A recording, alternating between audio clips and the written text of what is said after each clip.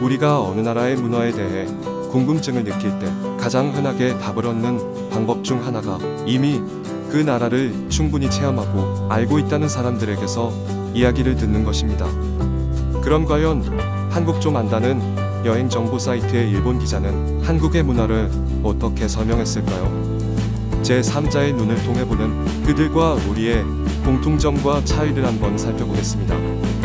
여행 정보 미디어 포케 매거진이 밝히는 의외로 알려지지 않은 한국의 문화와 습관이란 칼럼입니다. 첫째, 한국은 자신보다 윗사람 앞에서는 담배를 피우지 않습니다.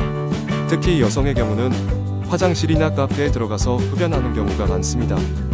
둘째, 기본적으로 자동차 우선주의라 일반인뿐만 아니라 택시나 버스 운전도 거친 것으로 유명합니다.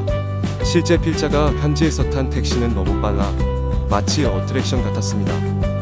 셋째, 욕실에 욕조가 없는 집이 많아 주말에 목욕탕을 가는 경우가 많으며 욕탕 내에서 수건으로 몸을 잘 가리지 않아 처음 한국 목욕탕에 가는 일본인들은 충격을 받을 수도 있습니다.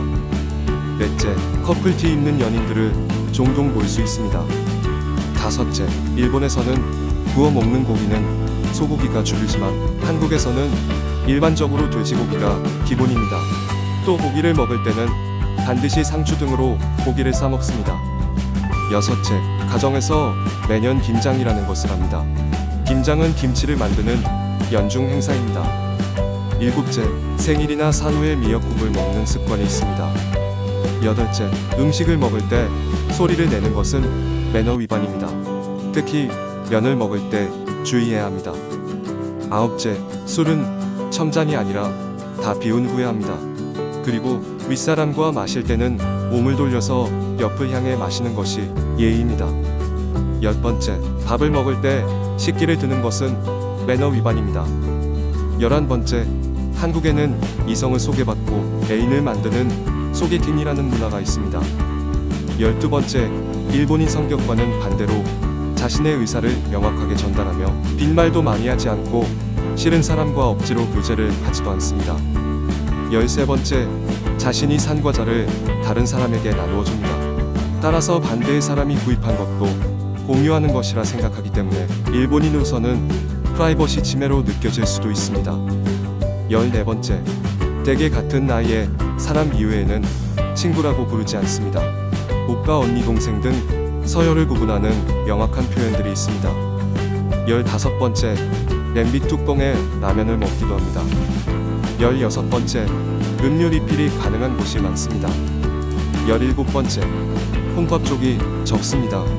보통은 식사를 할 때 누군가와 함께 하려고 합니다.